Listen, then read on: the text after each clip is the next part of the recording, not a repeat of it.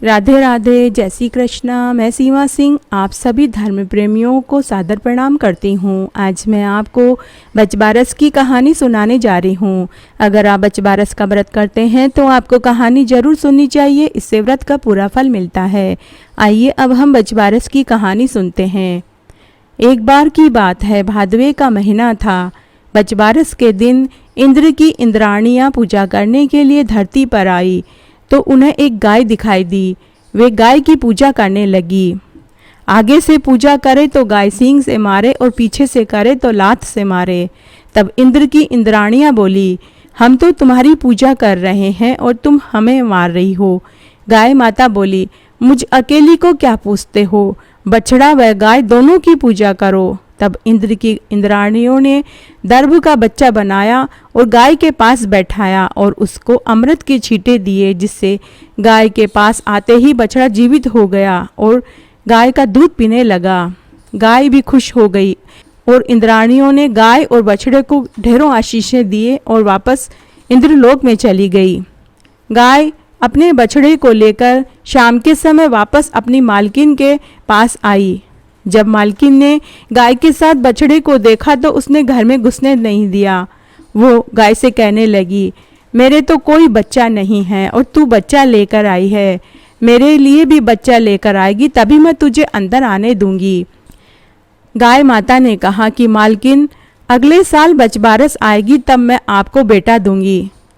फिर अगले साल वापस बचबारस आई।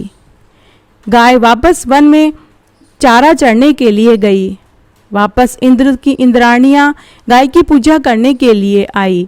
गाय वापस इंद्र की इंद्राणियों को पूजा करने नहीं देती। आगे से पूजा करे तो सींग से मारती और पीछे से करे तो पूंछ से मारती। इंद्राणियों ने कहा कि हमने पिछले साल ही तुझे बच्चा दिया है, अब और क्या चाहिए। गाय माता बोली, पिछले साल आपने मुझे बच्चा दिया, अब इस साल आप मेरी मालकिन को भी बच्चा दीजिए, क्योंकि तभी वो मुझे घर में आने देगी। मैंने पिछले साल ही उन्हें वचन दिया है। अगर आप मेरी मालकिन को बच्चा देंगी तभी मैं आपको पूजा करने दूंगी। तब इंद्र की इंद्राणियों ने दर्भ का बच्चा बनाया और दर्भ का पालना बनाया।